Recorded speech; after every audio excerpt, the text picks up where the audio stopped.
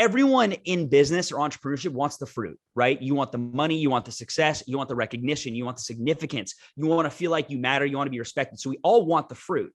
But what 99% of us fail to realize is that in order to get all of the fruit, you have to legitimately and authentically fall in love with the process of watering the tree. Came up from the bottom to the top. Henny on his gun and never stop. And he always punching in the clock.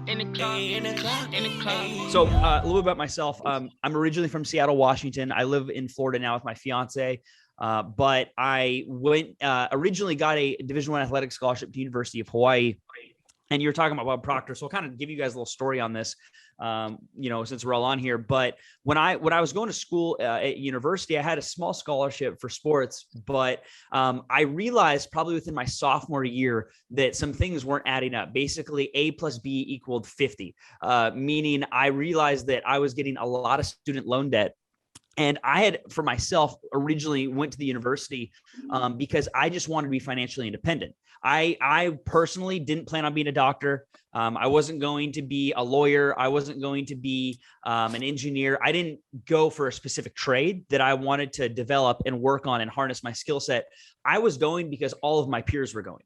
And so it was at a point in my life where at 18, you just kind of do what everyone else does, right? You follow the machine without really being intentional and self-aware about the decisions that you're making, because I'm 18 years old. So essentially what happened was I was at school at one point, and I realized while going to school that I needed to create some income for myself. So I looked up on a job opportunity list, basically what could pay the most for a 19-year-old kid. And it was working at a call center in my university. And it paid probably $9.10 an hour. And essentially what my job would be is I would sit down for like 4-hour shifts, and I would have one of those little headsets, and nonstop for 4 hours straight, I was going to get pinged and talk to different people that were alumni of my university in Hawaii and ask them to give some type of gift or donation to the school. Now, if you guys are in sales, which I think most of you are, if you're doing affiliate marketing, imagine spending $30, $40, $50, $60, $70,000 on a degree and then getting a call from a 19-year-old kid going, hey, I know you spent 70 grand on that piece of paper, but would you like to give us some more money? Would you like to donate some more money back? And you can imagine what I got. It was a lot of screw yous, absolutely not, don't call this number, blocked, no caller ID. So at 19, I got one of the best things that you could possibly get at that age, which is I got to basically shove my face into failure, rejection, being uncomfortable, having anxiety, feeling afraid, feeling like I was insecure, not worth it, and basically having strangers tell me to F off, right? Which being 19 and never being in sales was really, really good for me, because what you guys come to realize, I would imagine, is when someone tells you no, at the time, you're like, oh, it stings. Once you hit click, you're like, okay, I still have all of my limbs. I still have 2 eyes. Like, I'm still here. I can still eat food. I'm not in the hospital. Like, I'm okay. I'm all right. And so what happened was they had different tiers. They had tier 4 all the way up to tier 0. And at tier 4, you'd be lucky if someone gave $1, right? But as you make more sales and people generate more money to the school, you eventually can get to the point where you can reach like tier 0, where people are, giving a lot more money.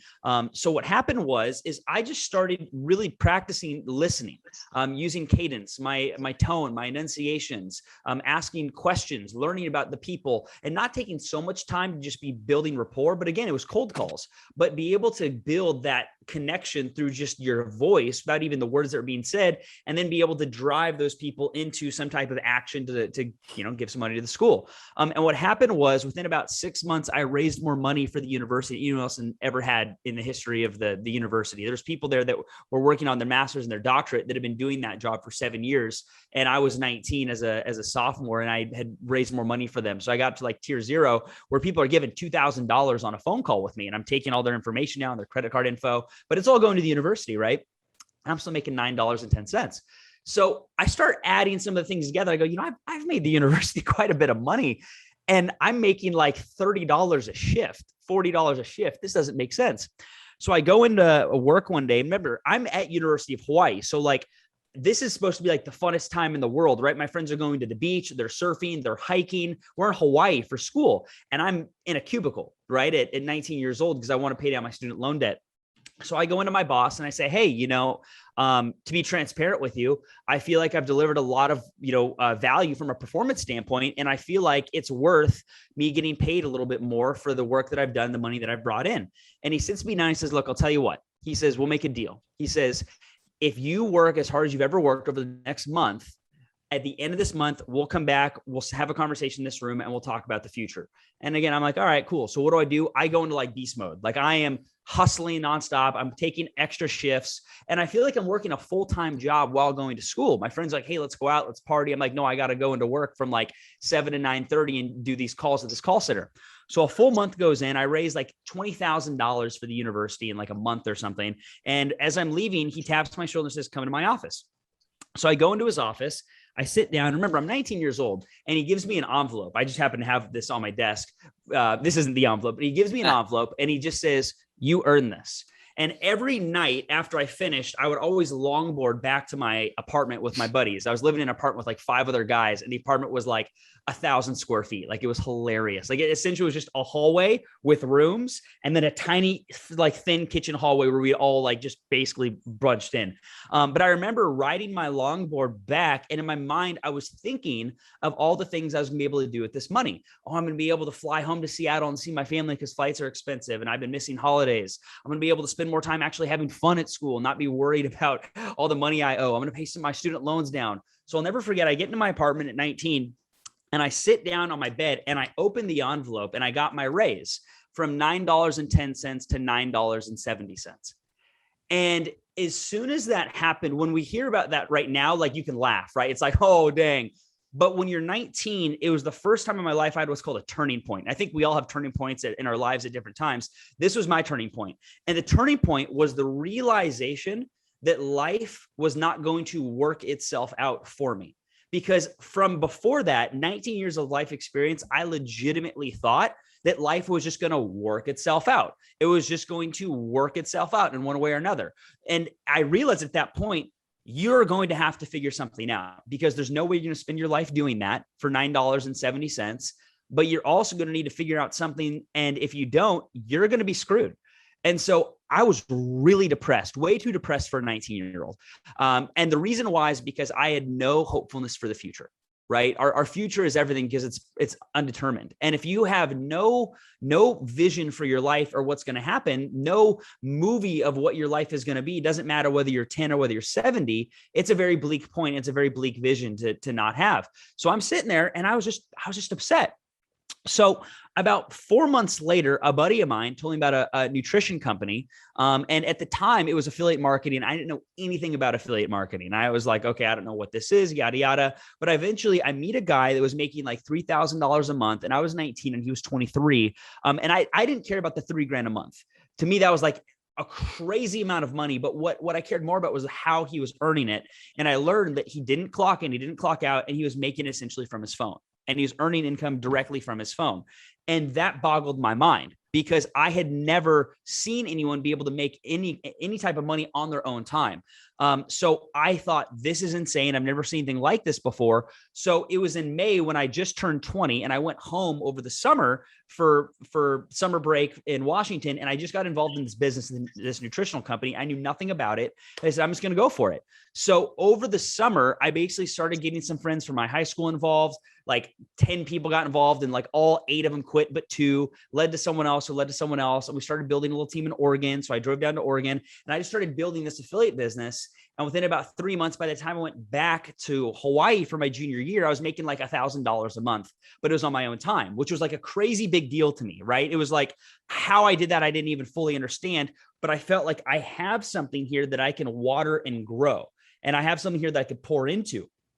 And so by the time December rolled around, it was paying me maybe like $4,000 a month, which at 20 years old, I was like, this is insane, because I'm not clocking in or clocking out. And I'm sitting with like my marketing professors, and they're like 70 years old talking about marketing with like billboard ads. And I'm over here with a business that's making this type of money from my phone.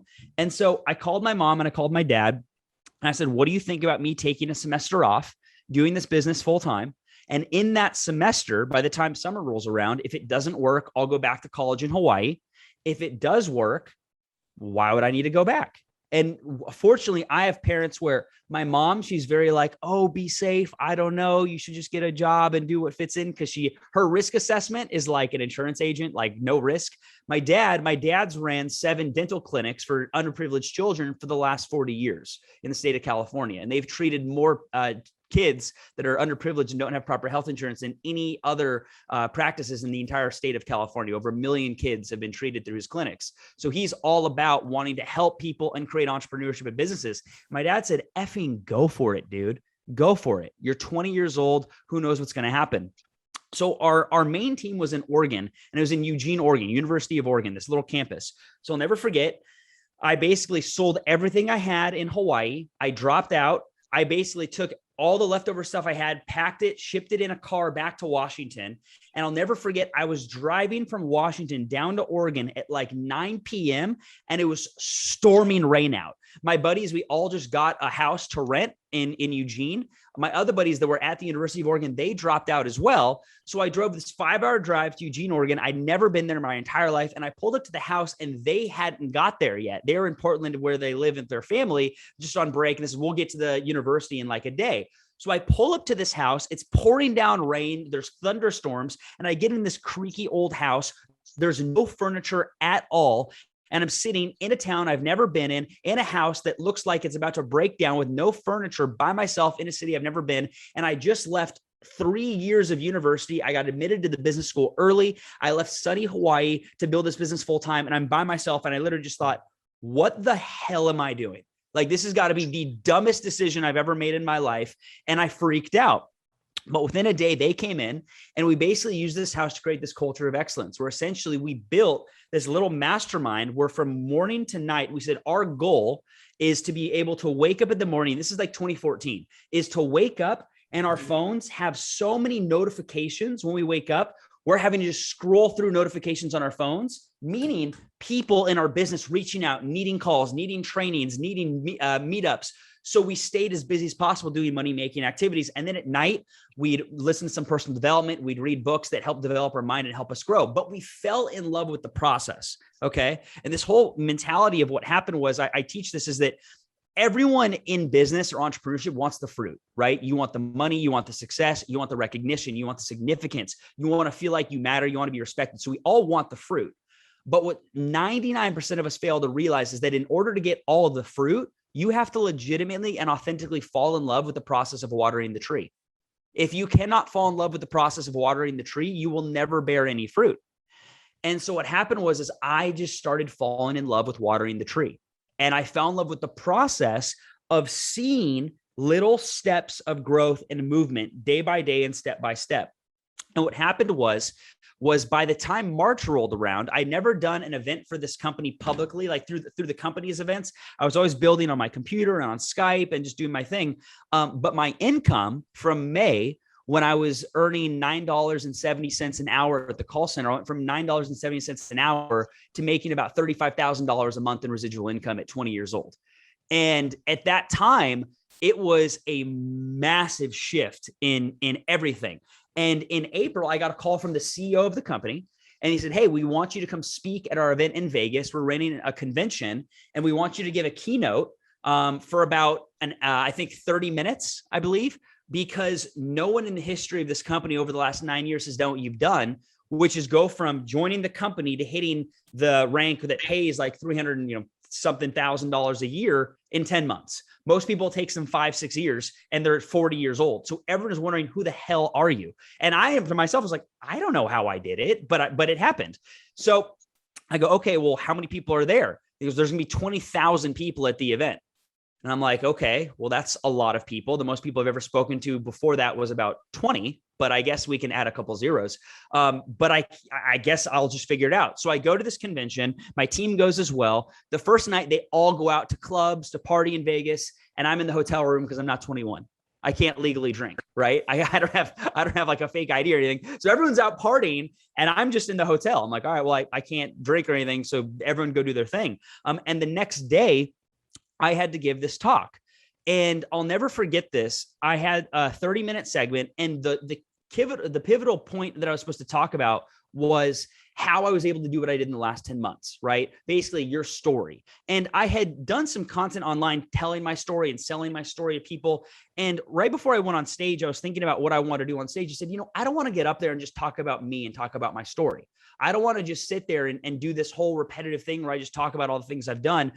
I want to tell a story about a man who inspired me. It was a guy named Buckminster Fuller, who, if you don't know who he is, he basically was like Leonardo da Vinci of our time. I highly recommend everyone look him up, but he was someone that was a role model to me that my dad taught me about. And he believes in cooperation over competition. He believes in creating a world where everyone can work with technology and create a world that's essentially like a very love-oriented, heart-centered, universal truth world of connecting with people from a vulnerable standpoint to build in business and help the world. And it's not about me, it's about we. And so I got on stage, and as soon as I get on stage, I look in front row sitting is Eric Thomas, the hip hop preacher, and Bob Proctor. So I'm 20 years old, and I look up, and I threw this together. If you would let me share my screen as like the host, Chad, I have actually this image. So I'll show you guys. This is actually what the venue looked like. So I walk on stage, and again, I'm 20 years old, and this is essentially what I saw right there. So I'll just open this up. So I go on, and hold on one second. Whoops. This is just an old webinar I used. So as you can see, this is essentially what I looked onto. So literally, I got Bob Proctor and Eric Thomas over here, and there's 20,000 people, and I have to do a talk, right? And I'm like, holy crap, like, what am I going to go through? And something happened that I couldn't really explain, but I felt almost like this sixth sense in the room where I felt universally connected to all of the audience and whatever they needed simultaneously with what I went on. And I didn't plan anything, and I just unapologetically shared the story. And I do this entire story. And after I finish, like, people are clapping, standing ovations, people are freaking out. And as I'm walking off the stage, the CEO grabs me and he goes, "You're supposed to tell your story, dude. What the heck was that?" And so then I'm walking down the stairs feeling discouraged, right? I'm like, oh man, I disappointed the owner of this company. You know, I made them a lot of money, but like, man, I'm not sure. And I'm kind of walking back to my seat, feeling a little down. And then I see, as I'm walking, go up, and I see the hand go up, and it's Bob Proctor, and he signals me to come over, and time slows down. And I go up to Bob, and he goes like this, and I lean in, and I kid you not, I swore on my unborn children, on my wife. And he says, "That was one of the most phenomenal speaking sessions I've ever heard. You have an absolute gift on stage. And make sure to get my number and stay in touch with me, because you are incredibly talented. And you have a very long career ahead of you in this space. And you have amazing things ahead of you." And I literally felt like I was walking on cloud nine at that point. I sit down in my seat, and I'm like, I'm going to remember this for the rest of my life. And still to this day, I have good old Bobby P on my phone, and got that guy in my Rolodex. And so essentially what happened, I'll share my screen, because again, this is another webinar I have, but I got to work with some amazing individuals. I got to work with, there's multiple events with Bob Proctor. There's Eric Thomas. That's Harvey McKay, if you don't know who he is. Gary Vaynerchuk, Darren Hardy, Les Brown, Chris and Heidi Powell. I got to travel the world. I got to go to Dubai. I watched the Seahawks win the Super Bowl for the first time in history. I ran events in Greece. Ran events all over the world, Cuba, Hawaii. I proposed to my fiance. I just got to do some really cool stuff. And the reason why I say this is not to boast about myself or make myself think I'm cool, because from 20 to 24, that company, I built an organization of over 10,000 people. We were all over the world. I traveled all around the world speaking and built this massive organization. But by the time I was 24, the owner of that company had made some poor decisions, and the entire company went on pause. And so did my income. So I remember when I first met Gary Vee, we were speaking in Ohio in October of 2014, and he was backstage, and he had 13,000 followers at the time. Like, it was crazy. Like, he only had 13,000 people following him. And I was in the back room, and I didn't know who he was. And he said to everyone in the back room, he said, there's one thing that's worse than never having success in your life. What's worse than never having success, never tasting it, is having success, embracing it, loving it, knowing what it feels like to be successful, and then losing it all. Because now you have a metric of living that you don't have anymore. And that hit me like a ton of bricks when I was like 23 years old. So when this company basically froze and my income went away at 24, I went through this crisis where I always had those thoughts in my head. And the thing I had to realize was I had to create something that was my own. I had to build something that no matter what things could happen, I was identified with it. And I was able to actually create something that was not just based on making a company money, but it was based on my identity that I could scale up through my own performance. And that's where we created this brand called Market Hackers. I built this massive community, and we have an array of different products. We help people make money in the markets with trading. We don't just like teach people how to trade, but we use software. We use advanced technology and artificial intelligence to actually help people run software-oriented accounts. And we have a community of 50,000 people that are now running software trading accounts in the markets. And we have people that were single moms and knew nothing about trading that do 40, 50, 60% a year in the markets. And they still don't even fully understand trading, yet they're massively successful. We built this huge community of people who now pay a few $100 a month to run a automated trading software that they manage month to month, and they control all their income, all their investments, they control all their capital, and they control how aggressive or how conservative they want to be. And we have helped people make tons and tons of money that otherwise never would have known about the market. So rather than their money just sitting in a savings account doing 0.5% a year if they're lucky, they can take that same money, whatever amount fits their lifestyle, and earn an amount of money that actually allows them to be able to do what they want, and have some more freedom in their life. And that created a pretty amazing income for myself. That created something very, very special for me. And what it did especially was it allowed me to then use that income and be smarter than what I was last time. See, last time when I was 20 to 24, I took that money and I spent it on things. I spent it on things to make me feel like I mattered. I spent it on things to make me feel like I was successful because I was young. I was 23. No one taught me what to do, making 30, 40 grand a month at that age. But when you lose that type of stuff and then you get it back even more, you value it so much differently. You value it so much more because you know what it's like to not have it.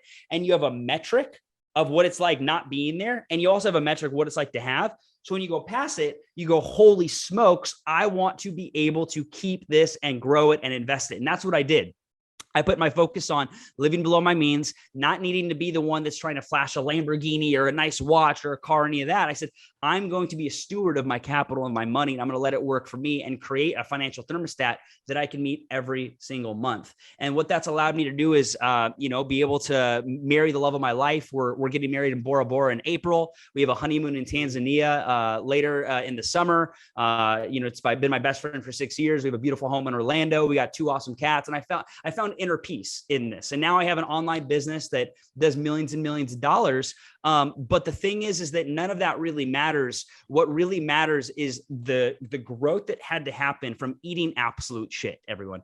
From understanding what it's like to feel hopeless, feel insecure, have doubt, have wondering, have questioning, have anxiety, not be able to sleep at night because you don't know what's going on. Like that is the soup that you have to have sometimes so that when you get it, you appreciate it and value it so much more. In every type of story, right? The climax, we always value the trials and the tribulations, right? Like the movie, The Pursuit of Happiness, right? Like when he finally gets that job, your heart sings. It wouldn't sing if you didn't see all the struggle. So the struggle and all that stuff is literally a necessary component that is a necessity to have in order to live a life of abundance and wealth and appreciation and gratitude. So my perception of things really shifted and really changed. So what I guess I'll do, because this is kind of informal, right? Like, I was asked to jump on here, share some stuff. I'll just kind of share some things that have helped me build large organizations of tens of thousands of people, create systems to help people grow and earn income. And one big one that I think a lot of people miss out right now, especially in 2021, that people just sleep on is how to create trust with people. We live in a society with TikTok and Instagram and social media, with Zuckerberg creating like the new metaverse, where it is so difficult to not only capture someone's attention, but keep the attention once captured. You're basically, it's getting harder and harder, but you're basically in an uphill battle, right? And most of what you guys are doing, I can guarantee your goal is to influence people to make decisions, right? If you guys can influence people to make decisions, you're probably going to make money. You can also manipulate people to make decisions as well, right? But if you manipulate someone to make a decision, long-term, it's going to hurt you because it's hurting them, right? And you see a lot of people that sell things they don't actually believe in, where they may look like they're making money or living a lifestyle that actually makes sense. But what's really happening is they're just manipulating people, and they always will get their rug pulled out from under them at one point or another. But if you can properly influence people to make decisions, what you're doing is you're giving them an identification that maybe they're worth more than what they believe, right? Like maybe there's more within them that they don't recognize. Like myself, when I got involved in that business after working at that call center, it wasn't for me like I thought that, I had to grow into this person. The reason why it was so powerful was because I realized that my life experience up to that point was actually enough, that I didn't need to go read another book or watch another video to create my wealth. I actually had to do the opposite. Like the whole story of Michelangelo, when he carved St. Peter, everyone asked him, how'd you do it? He said, St. Peter's there all along. I took off the excess marble that was already there. Consider the possibility that you guys right now, you all have income and goals and things you want to achieve. But rather than needing to go read another book or watch another podcast or watch another video to give you that insight to become it, you actually are enough right now. You right now are enough. And you have to actually peel back the habits that have been holding you back from the things that you want to achieve in your life. That was really important for me because I didn't realize for a long time that I was enough. And when you can accept the fact that you're enough, you are going to see some major changes. So here's an exercise for that, okay? I want you guys in your own mind to try and ask yourself what you think your financial blueprint is in the world. And here's what I mean by that, okay? Here's the example with that. I'm actually going to write this out on a whiteboard to give you an example, okay? So let's say this is when you were born, okay? We're going to do B for birth, all right? So this right here is your birth. This right now is going to represent your present. Okay, so the P represents the present. So through here, what is this? This is representative of your life, right? L represents your life. So whether you're 20 years old or whether you're 80 years old, right here, this is your birth. This is the present moment, and this consists of your life. I want you to ask yourself, how much money was spent on you from your birth to your present moment of life right now?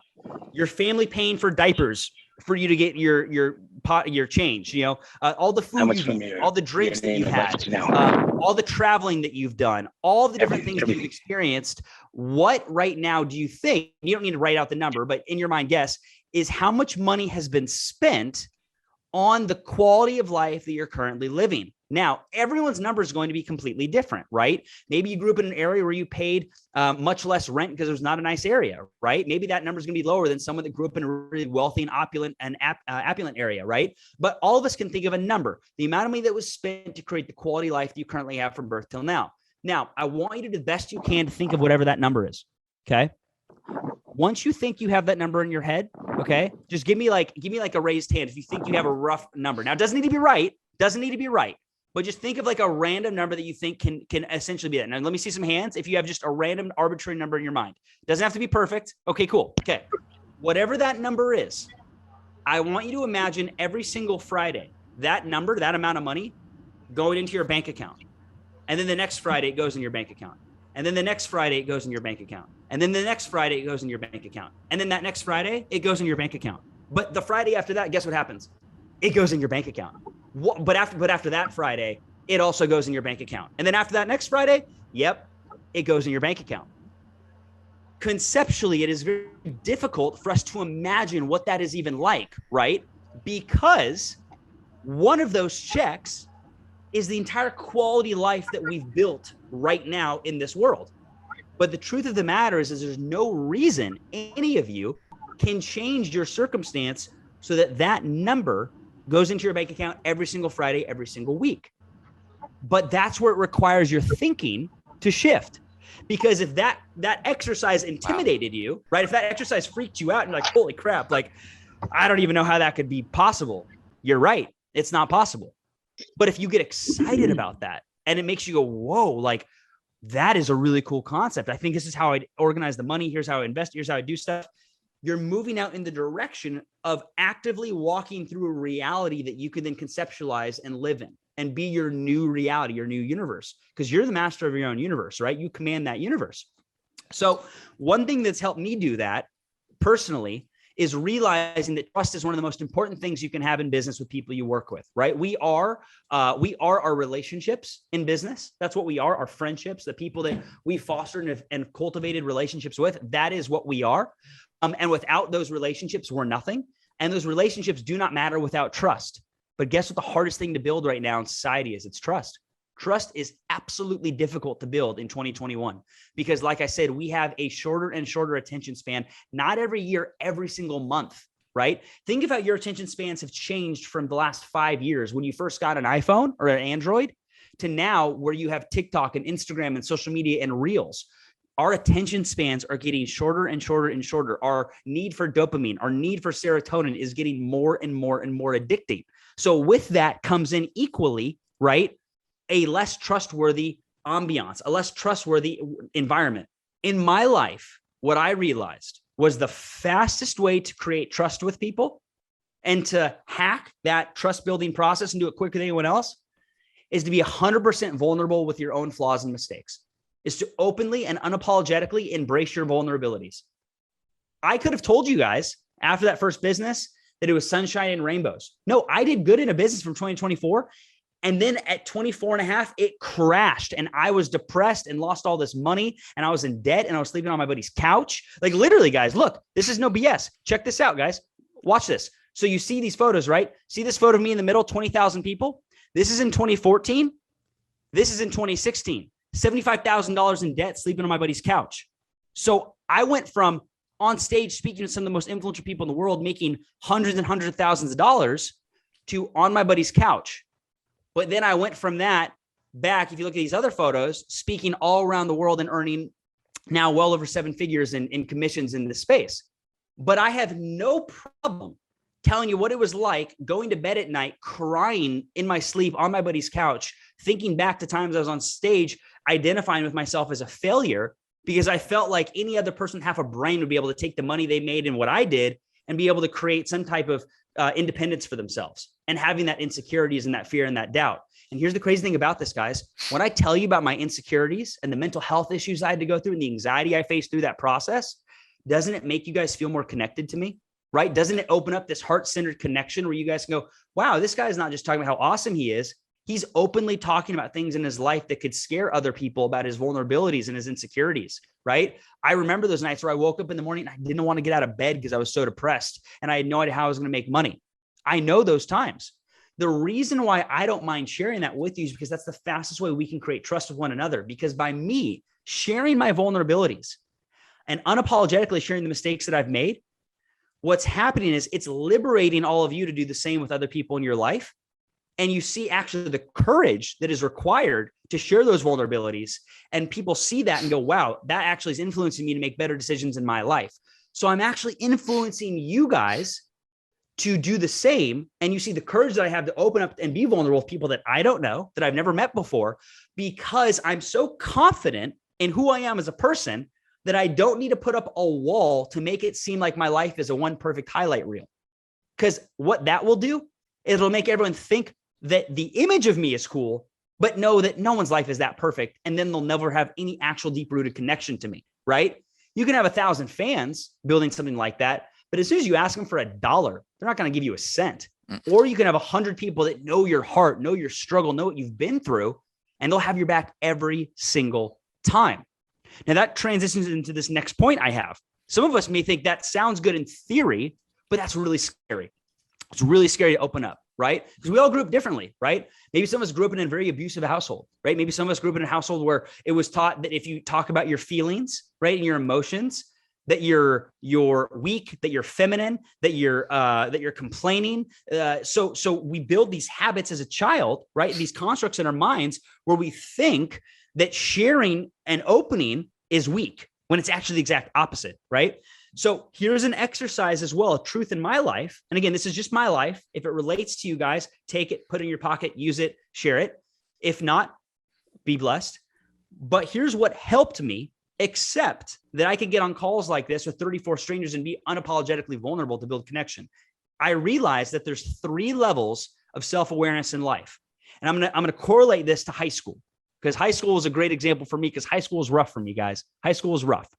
The first level is you care about what everyone thinks of you.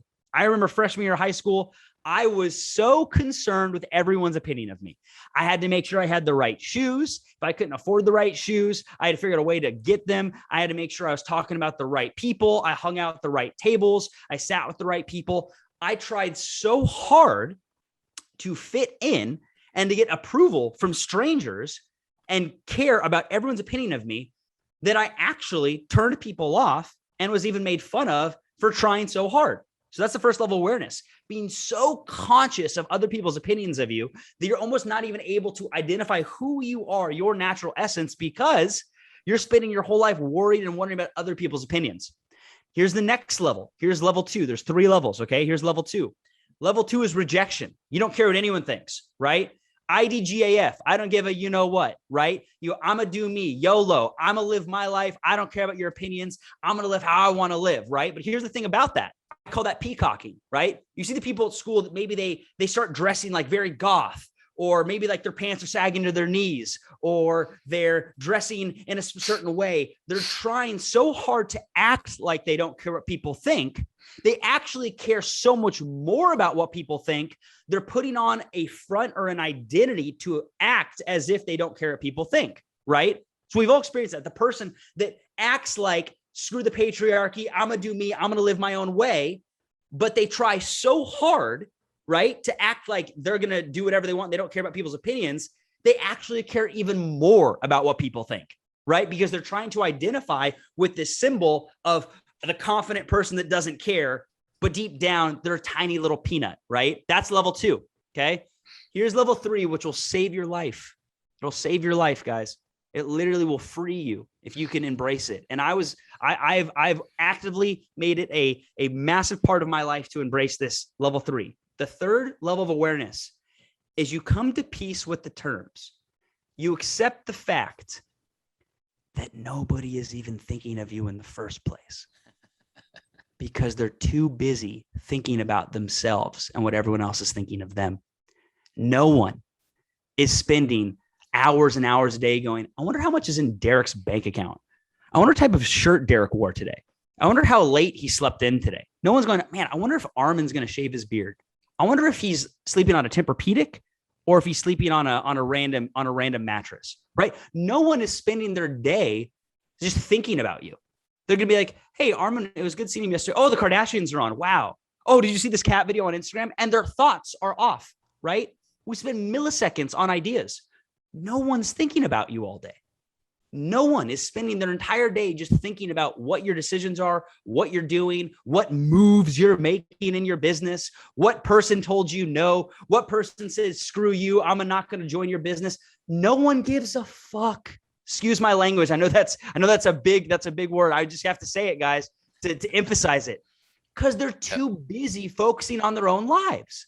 They're too busy focusing on their own lives. And that can do one of two things for you, that realization. That can scare you.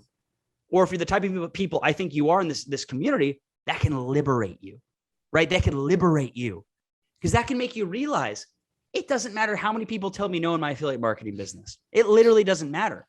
I just won't stop until I win. Because if I don't stop, then I'm going to win at some point, because it doesn't matter how many people tell me no. And I'm not going to feel insecure about the no's. I'm just not going to stop until I win. And when you accept that, then it's a zero-sum game. And you embrace this version of yourself where it's like, okay, I'm going to be me. Like, I can unapologetically share my cats. Like, I'm a cat guy and not worry about being called like, oh, you like cats? Like, what do you know? My fiance loves cats. You want to get a couple cats? Now I'm a cat dude. They're hilarious. They're super cute. And I like cats. It's fun. Like, but I can be myself. And in today's day and age, that is what people are craving. A nice car, a nice house, that gets the attention.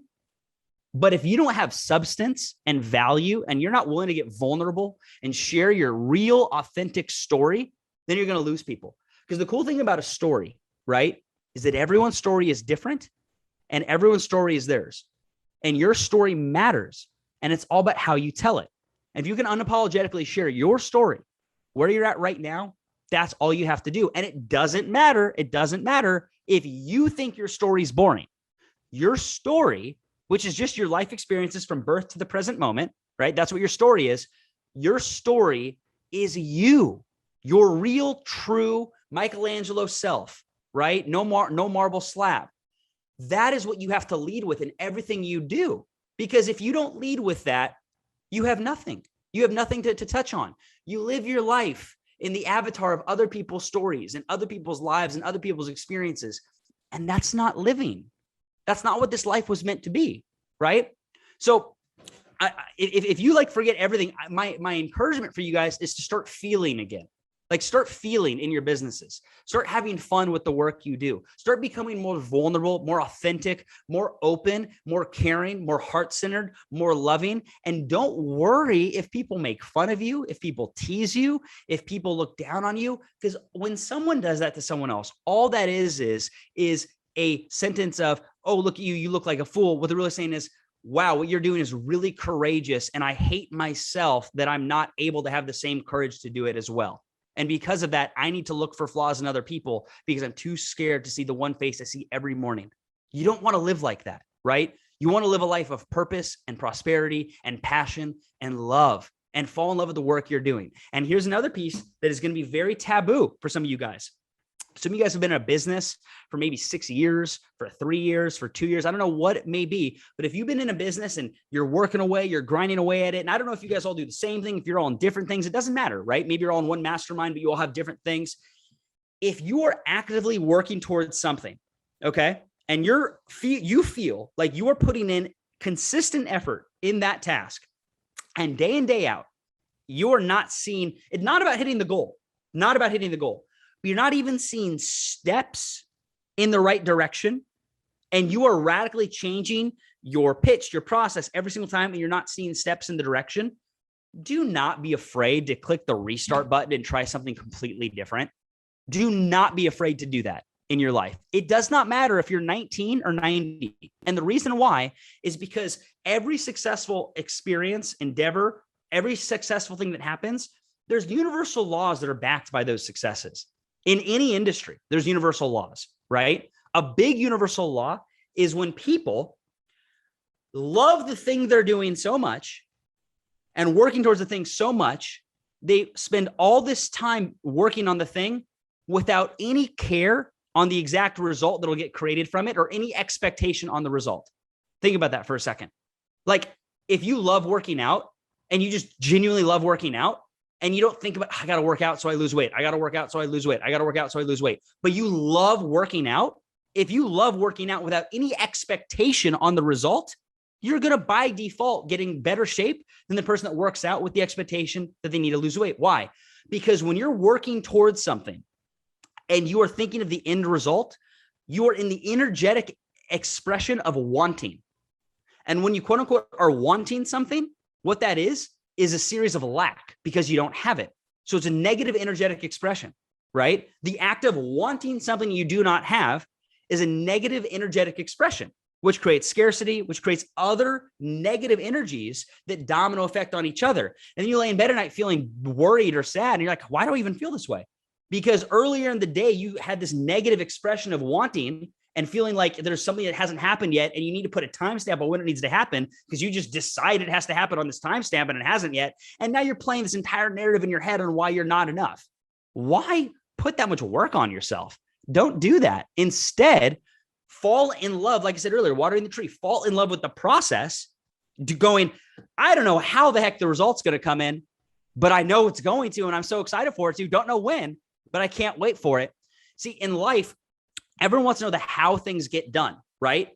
And if creating a result or success is 100%, everyone thinks the how is like 99%, but it's not. The how is like the 0.1%. And the why is the 99%, because if you know why you do something and you just love it and you express that passion, life, the universe and circumstances are going to energetically align into your life to solve the things that you're working towards that you enjoy. Perfect example. There was a woman that decided she left school. I love the cat. That's awesome. There's a girl that left school and decided that she wanted to be a photographer.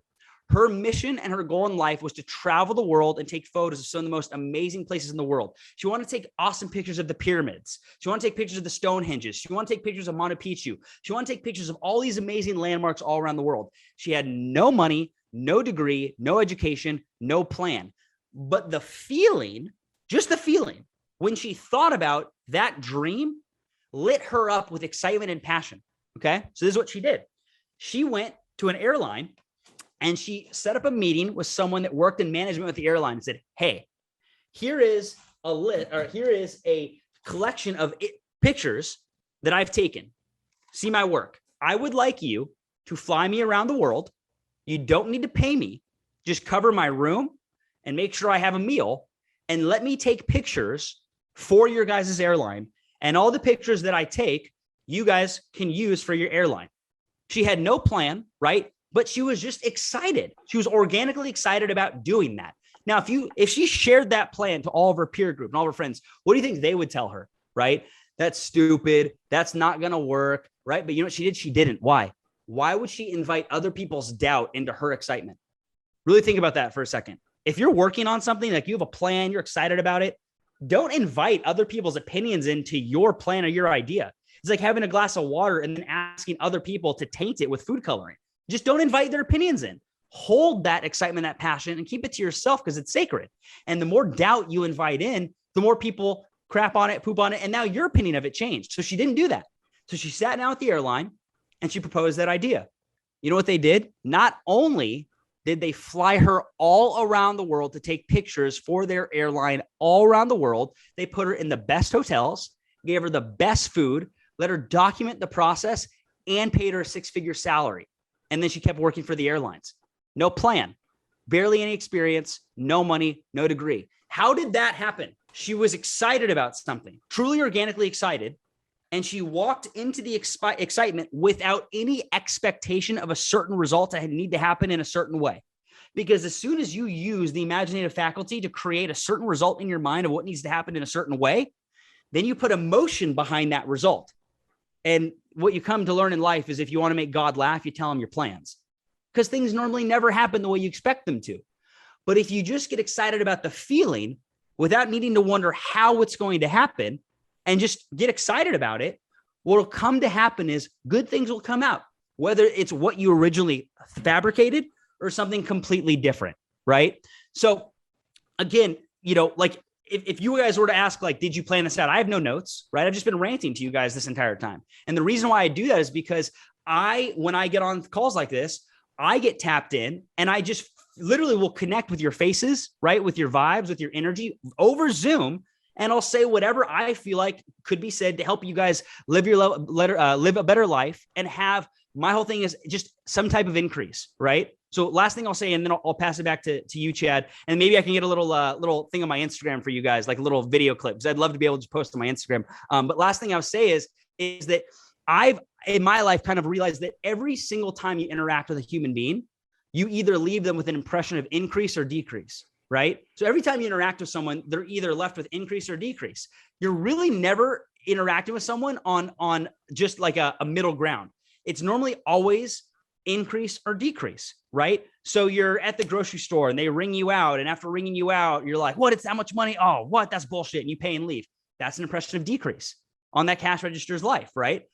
You go, hey, man, you rang that up so quick. That's crazy how fast you did that. You're pretty talented, man. Have a nice day. That's an impression of increase. Right? So my entire goal, right? And I'm not perfect by any means. I don't do this perfectly. I mess this up all the time, is to do what I can to leave an impression of increase on people's lives, right? So my intent was that after this expression of communication for you guys, where basically you could just kind of receive and I was able to give, that I left some type of increase on your day, on your week, or whatever that may be. And you felt some increase as you move throughout the world. Because for me, I actually received so much from this call just by having the ability to give. It's selfish because I get to give to a group of people that are absorbing my information like I'm some, entitled human being that like deserves you guys to take notes on what I say. I'm a 29-year-old kid that's done some cool things right and has also made some mistakes. But I feel blessed that I get to share to you guys, and then you guys can accept that and take it on for your life and hopefully get some increase as well. So I appreciate you guys letting me speak, letting me share my thoughts, my emotions, my feelings, my heart. I pray that whatever it is that you guys are working on in your career, in your life, in your business, in your relationships, just don't put a label on it. Fall in love with the process of doing it. Remember, no one is thinking about you in the first place. Figure out a way to get vulnerable with your own stories on a day-to-day basis and do what you can. If I made you feel good from this call, to take some of the feelings that you gathered from this and then transmit that feeling to other people and share that with them. And if you do that consistently, it's not just about money, like life in general will figure itself out, right? Life is going to figure out a way to work for you in cooperation and in synchronicity with the things that you want to go through when all these things are coming into place, and your life will just change, whether it takes a month, a year, or longer or shorter. And you'll look back and you'll be like, wow, like, I just got into the feeling of doing more and doing better. Right on. How you doing, Darik, man? You brought some fire today, man. And I appreciate you talking from your heart. Are we going to the store? Sure. A question. Let's see. Did you start off like with this like a certain business model in mind, or did you just set off ship and no map, or how'd you do it? My business, I didn't find it, found me. So it was basically a network marketing business that was in health and wellness when I was like 19. And like, I feel like when you find a business that fits with you, there's some truths that take place, and then you run on those truths. And so like mine was, I just realized that there's these products that I felt like were awesome. And I was told that if you spend a monthly subscription on these products and you scale an organization of people also using it, everyone is connected and you can earn residual income based off building teams. And that like boggled my mind that like, I didn't have to be the best one, but like I could get Chad involved, who'd get Omar, and Omar could be a superstar, but I would still be able to benefit through Omar's efforts. And like that boggled my mind. And when I talked about how I went back home to Washington over the summer when I was 20 to build that business, and I got people in my high school involved, everyone in my high school quit, but like one or two people. And one of the people was someone I was kind of nervous about getting into my business, but he led to someone in Oregon. And that person is still my best friend and business partner today after 10 years. And we still work together. We talk almost every single day. He's one of my closest friends. And I met him through networking. And so, everyone has their own model. But my kind of thing is that one, you have to find something that you can sell, right? Like you have to find something that you can sell that you believe in, because that's where the commissions are going to start coming in, right? You can't just trade your time for money. So it doesn't matter what industry, right? Find something that you can sell that actually you can believe in, because the belief is going to be huge. And if you don't believe in it, it's just because you haven't found the thing yet. Like there's stuff out there that you can absolutely sell. You just have to believe in it. And then M is market. Once you find the thing to sell, you market it. And this is actually a framework I'm building out. So it's kind of funny. You know what? I'll just share this really quickly, and then, Awesome. I'll let the next person go. So the framework I'm working on is first S, which is sell, right? So you want to sell the thing, figure out what it is that you can sell and what you actually believe in. Once you have something you can sell and you can build off of that, then you have to learn how to market it, right? Because if you know how to market it, the successful marketer isn't actively reaching out to people every single day to basically pitch their business. They've built a system in place where there's people that are reaching out to them to inquire about their operation. And then they can spend their whole day sorting through the active leads to funnel those people into their operation, right? So it's kind of like you can be the fisherman or the one that just gets all the fish to them, right? Like, so M is marketing. Figure a way to position yourself, and it doesn't happen overnight, where instead of you actively reaching out to people on a day-to-day basis, you've figured out whether it's systems, video content, some type of lead generating machine where people are coming to you, right? And they're wanting to get involved in what you're doing. And then the business becomes a lot more fun, right? And that energetic expression of fun obviously makes it even duplicate and grow and become more successful. And then the next is I. So let's write that out. So market. So I is now that you're selling something and you're marketing it and it's starting to work, you're going to start making some money, right? Some money's going to start coming in. I is the next piece, which is really important, which is invest.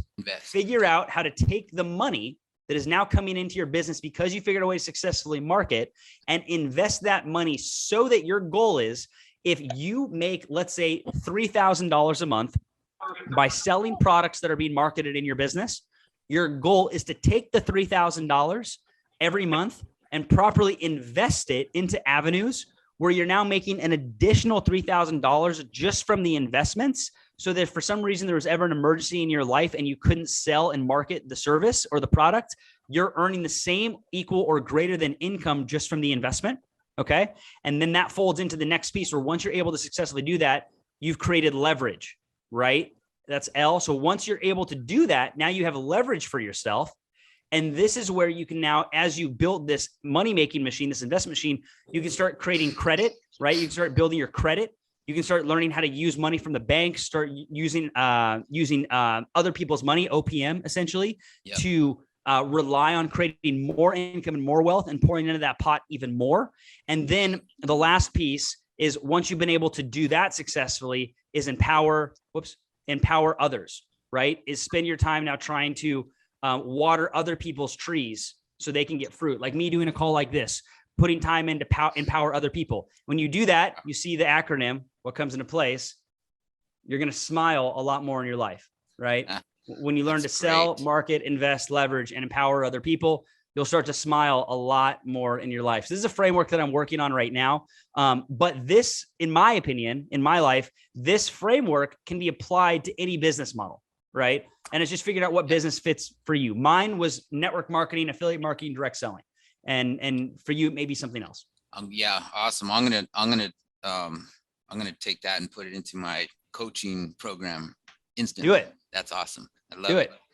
Love it. Thank you. So your company, you said you have a company that has utilizes like artificial AI software to do trading for you. Yeah. Where could we find more information about that? Yeah. So what you probably, I think would be simplest if you guys want to learn my business model, just DM me on Instagram. That would probably be the easiest. Essentially, and I'll just do this really quickly. So what we've built is a Facebook group where we have our customers essentially sharing the results of our different products in the Facebook group.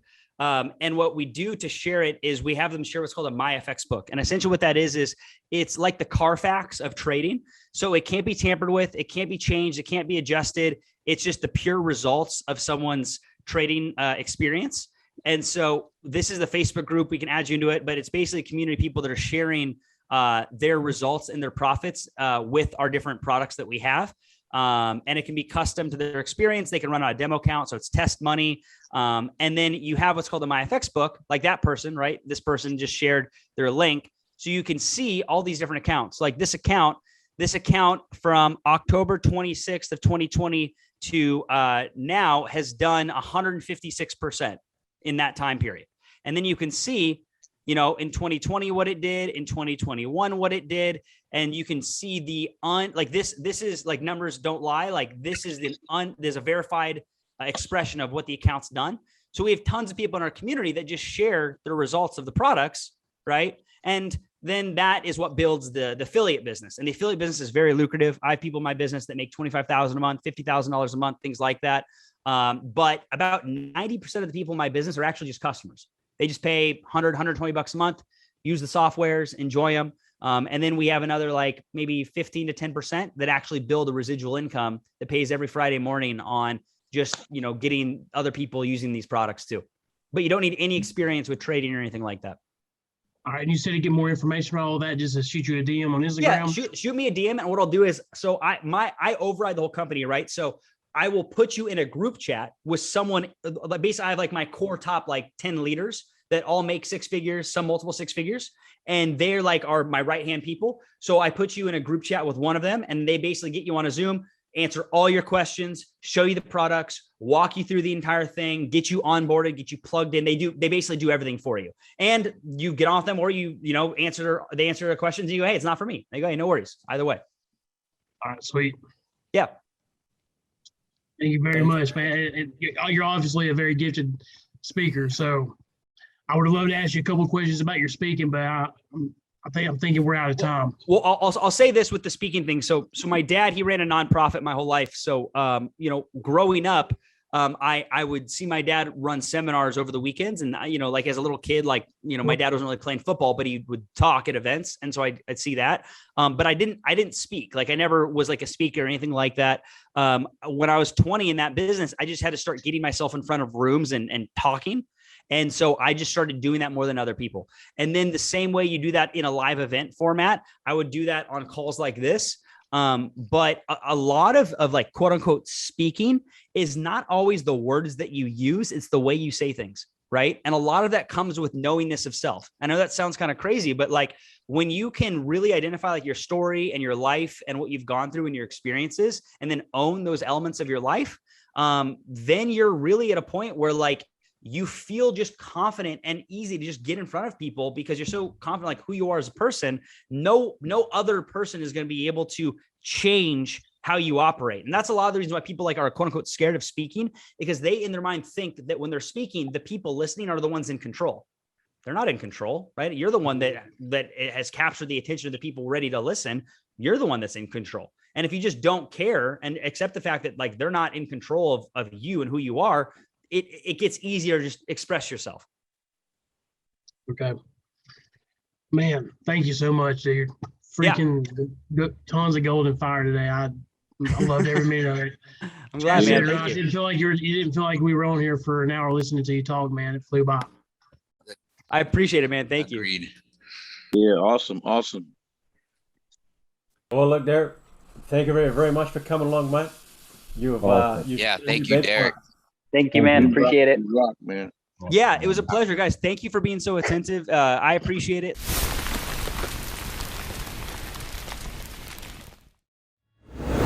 Guys, what is up? It's your boy Mike Barron. Thank you for checking out the channel. Go ahead and hit that subscribe button. And if you don't, I'm gonna come through this computer screen and close you up my damn self. Let's go. I'll see you at the top.